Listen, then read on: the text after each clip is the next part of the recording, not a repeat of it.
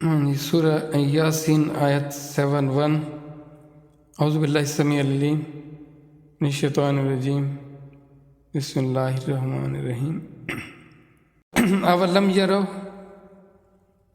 کیا وہ نہیں دیکھتے انا کہ ہم نے خلقنا پیدا کیے لہم ان کے لیے مما اس سے جو عملت ایدینا اپنایا ہم نے اپنے ہاتھوں سے انعامن چوپائے جانور فہم پس وہ لہا ان کے لیے مالکون مالک ہیں۔ کیا وہ نہیں دیکھتے کہ ہم نے بنا دیے ان کے واسطے اپنی ہاتھوں کی بنائی ہوئی چیزوں سے چوپائے، پھر وہ ان کے مالک ہیں۔ اب یہ جو اللہ نے جانور بنائے ہیں، یہ جانور کس کے لیے بنائے ہیں؟ اللہ فرماتے ہیں کہ انسان میں نے تیرے لیے بنائے۔ اب ان جانوروں کی دیکھیں، حیت دیکھیں، صورت دیکھیں، ان کی جسامت دیکھیں، ان کی طاقت دیکھیں، انسان سے کئی گنا زیادہ، انسان سے کئی گنا زیادہ، اور وہی انسان ان کو اپنے آگے ہانکتا پھرتا ہوتا، ایک چھوٹا سا رسی ڈال کر اس کو جہاں چاہے وہ پکڑ کے لے جاتا۔ یہ تابع کیسے کر دیے گئے؟ یہ بنائے کس کے لیے گئے تھے؟ اور جس کے لیے بنائے گئے تھے تو وہ اس کی شکر گزاری تو کجا، وہ اس کی نافرمانی میں بڑھ چڑھ کر لگا ہوا۔ اب جس ذات نے اپنے فضل اور کرم سے تمہیں ان کا مالک بنا دیا، اب تم چاہے جو مرضی ان کے ساتھ کرو، چاہے ان کو بیچو، خریدو، اگر وہ کاٹ کے کھانا چاہتے ہو کاٹ کے کھا جاؤ۔ یہ کون کر رہا ہے؟ کون اپنی تخلیق تمہیں پیش کر رہا ہے؟ کبھی تم دیکھتے نہیں ہو یہ کیا کر رہے ہو؟ کسی نے دعویٰ کیا کہ فلاں جانور کو میں نے پیدا کیا، یا کسی جانور نے خود اعلان کر دیا کہ یہ میں نے اپنی ذات کو خود بنا کے رکھ دیا سامنے۔ یہ سب نظر نہیں آتا کیا؟ یہ دیکھتے نہیں؟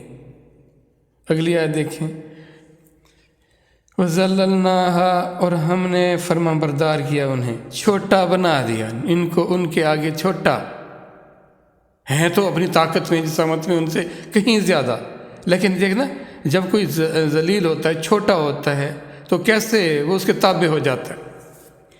اب ہم اللہ نے ہمیں کتنا بڑا بنایا، کس طرح بہتر بنایا۔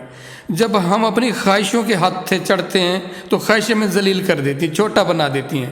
جیسے ہم جانور کو کھینچ کے جدھر مرضی لگائے پھرتے ہیں، ویسے خواہشیں ہمیں چھوٹا بنا کر، ہمارا نفس ہمیں جانوروں کی طرح لیے پھرتا ہے۔ یہ کبھی ہم نے یہ سوچا؟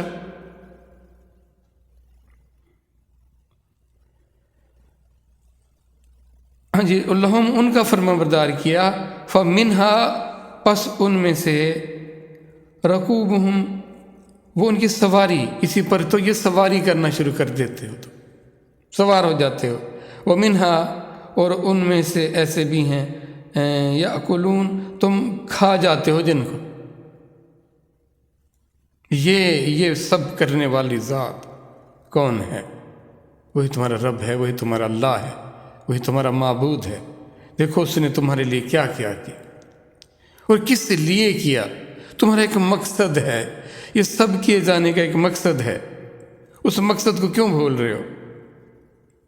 اگلی آیت اسی حوالے سے دیکھ لیں، وَلَهُمْ، اور ان کے لیے، فِيهَا، ان میں، منافع، فائدے، وَمَشَارِبُ، اور پینے کی چیزیں، کہ اللہ نے جو جانوروں کے اندر جو انسان کے لیے فائدے رکھے، جو ان کی قسمیں رکھی ہیں، پھر ان کے فائدوں کا ایک الگ سلسلہ ہے۔